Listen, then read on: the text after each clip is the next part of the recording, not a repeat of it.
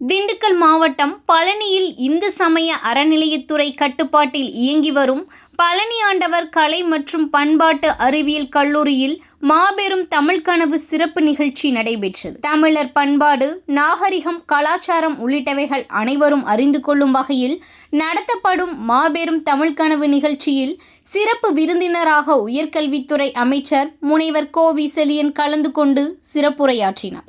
மருத்துவம், விளையாட்டுத்துறை, பெண் கல்வி, உயர்கல்வி உள்ளிட்ட அனைத்து துறைகளிலும் முதலிடத்தில் தமிழ்நாடு சிறந்து விளங்கி வருவதாகவும், தடுக்கப்பட்ட கல்வி செல்வத்தை பட்டதாரி என்ற அடையாளத்தை இன்று நாம் அனைவரும் பெற்றிருக்கிறோம். அதற்கு திராவிட இயக்கங்களே காரணம் என தெரிவித்தார். அவர் இந்நாட்டிற்கும் மக்களுக்கும் அண்ணா, பெரியார், கலைஞர் ஆற்றிய உயிர் துடிப்பை கட்டிக்காக்கும் முதலமைச்சராக நமது முதலமைச்சர் உள்ள காரணத்தால் நாம் அனைவரும் உயர்கல்வியை எளிதாக அடைய முடிவதாக அமைச்சர் தெரிவித்தார்.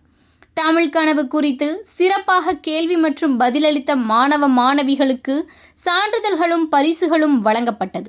இந்நிகழ்ச்சியில் மாவட்ட ஆட்சியர் சரவணன், பழனி கோவில் அறக்காவலர் குழு தலைவர் சுப்பிரமணியன் உள்ளிட்டோர் மற்றும் மாவட்டம் முழுவதிலுமிருந்து 8 கல்லூரிகளை சேர்ந்த மாணவ மாணவிகள், பேராசிரியர்கள் கலந்து கொண்டனர்.